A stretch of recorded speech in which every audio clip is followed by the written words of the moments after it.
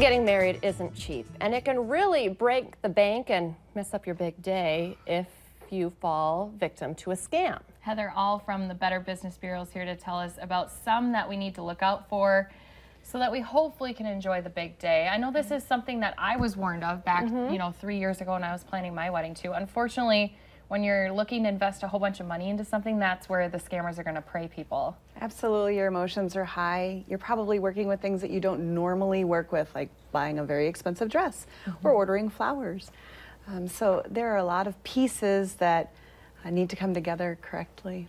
You hear the stories about people not getting their wedding pictures too. I mean, there's so many different things that you have to hire for and book.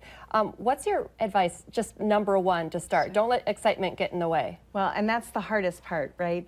Our biggest piece of advice at the Better Business Bureau would be to have the same photographer do your engagement pictures and your wedding pictures.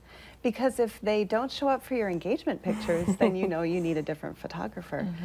It's a lot worse if they don't show up for the wedding than if they don't show up for the engagement pictures. Oh my goodness. I know I met and interviewed different vendors. Is that kind of suggested too? At least if you meet them in person, it's not payments over internet? You always want to meet them in person, make sure that there's some kind of camaraderie or professionalism, something that you expect from them. Of course, read your contracts. Talk to people who else have used them, read reviews, things like that. We took over 900 complaints in 2017 about wedding vendors, and most of it was timeline. Dresses didn't show up, flowers didn't show up, pictures. Wow. And we talked about not getting too excited, but emotions are really running high. So I would imagine when you're getting these calls and complaints, that's way more emotional than some scams. It sure is, and it's hard to hear it because it's such a big day and you put so much time into it. You know, wedding planners are great.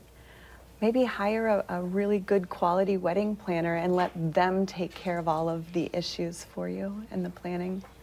One thing that we do see with wedding planners that's interesting to me is the scam ones will ask you to write a blank check, fill in the amount, but not the person.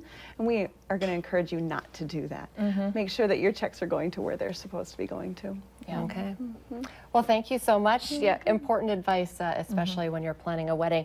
And we did mention right away that we're going to be breaking in to listen live. Jeff Sessions is at the federal courthouse in Fargo right now. Let's listen in.